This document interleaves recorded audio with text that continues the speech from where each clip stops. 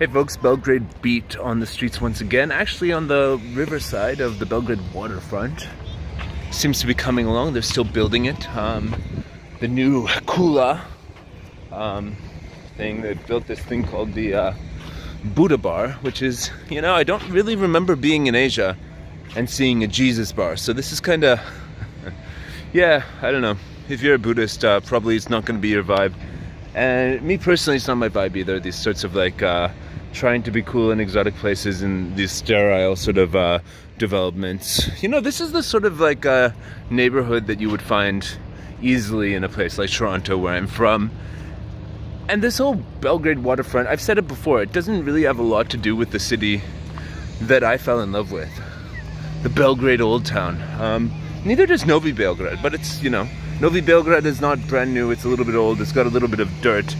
But the point is that I was moving away from Canada so I could get away from these types of like condominium developments and that sort of sterile life people are going for. So if people want to have that in Belgrade, my city, it's no problem, but you probably will not find me living in a place like this anytime in the near future, you know. I used to really hate shopping malls, now I don't mind them so much, but so people change and stuff.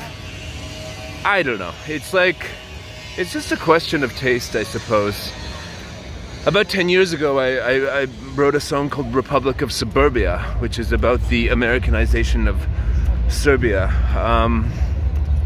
It's on my album, March Towards the Madness from 2013.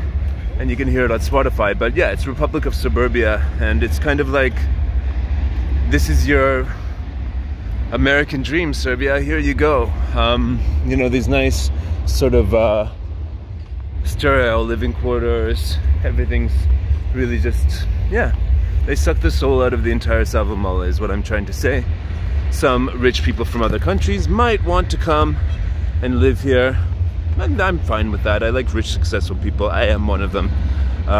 But, you know, I'm a bit of a hipster, I suppose. And the magical moment is when you stop calling things hipster and other people's hipsters, and you say, I am a hipster. I do like organic food. I do have a mustache. I do, you know? And you say, yeah, fair enough. I do fetishize authenticity, and, you know, I do, you know, because there used to be this place here, I remember in this exact spot, a kafana where I got drunk a few times, and it was just like the most random place in the world, and they had, you know, really bad folk music, and it was so fun. That doesn't exist here anymore.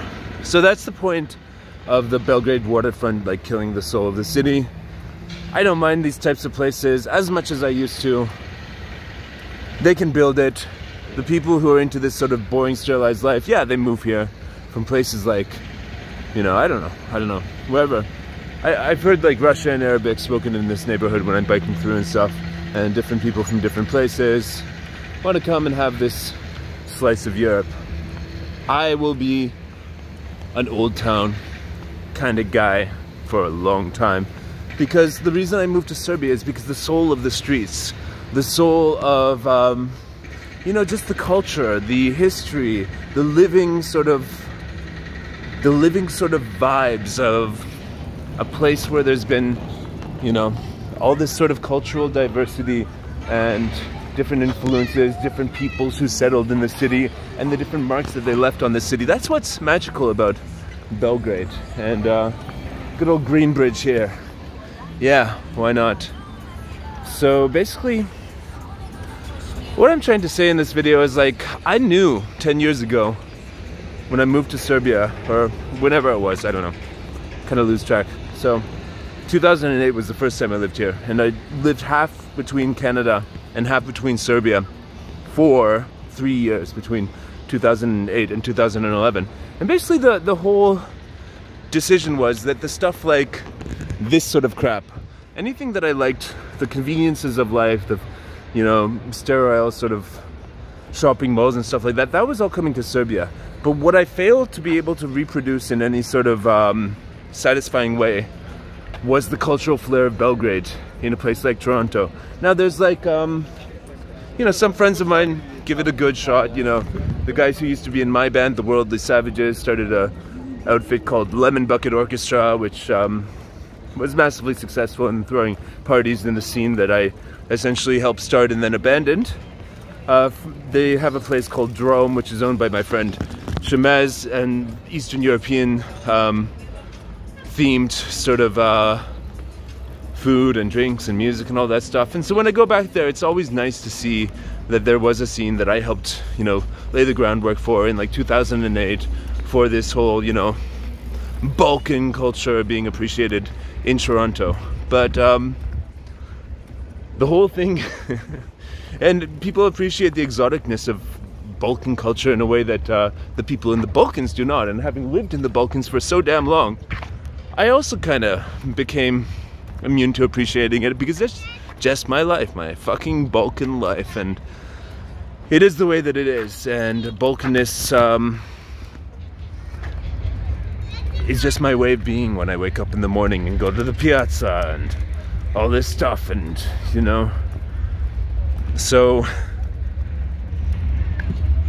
it was the choice that I wanted to live here and be a part of the real, live, living Balkan culture, and the realization that the Americanization of the world was going to touch here, but it was going to touch it in a way that, yeah, slightly threatens the authenticity of the local culture, but ultimately Serbia will still be Serbia, Serbian people will still be Serbian people, Balkan motherfuckers live in the way that they want and the passion of their hearts and all that sort of stuff that I loved.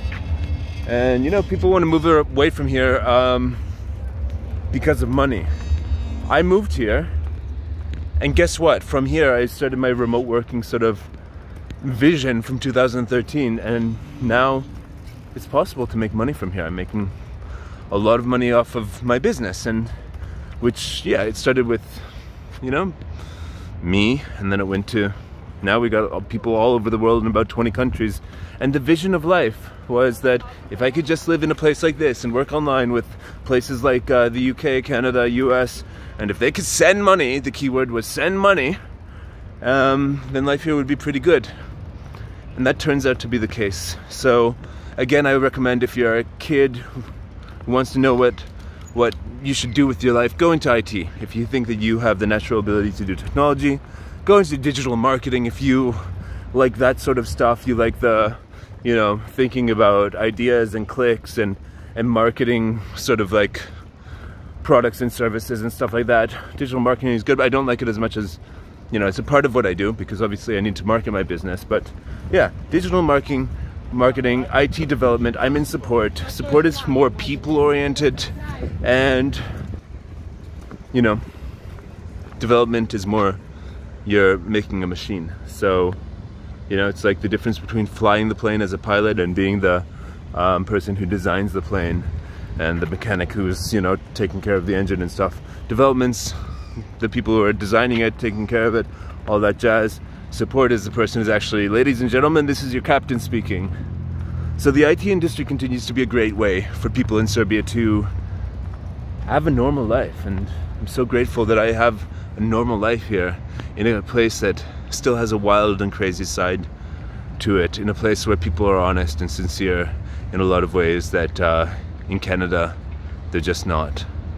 But yeah, that's just my rant about authenticity in Belgrade. I guess that's what I'll call this video. Catch you guys later. Bye.